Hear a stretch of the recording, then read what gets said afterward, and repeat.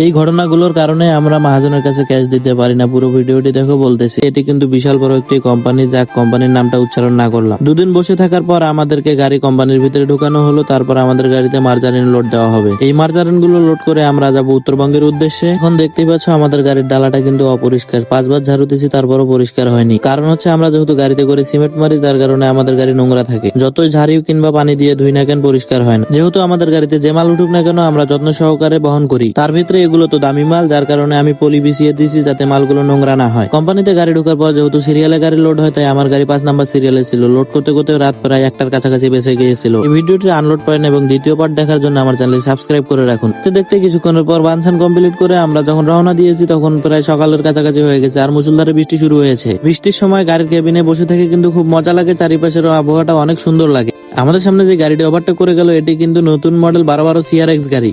কেবিনের ভিতরে এখন যে কি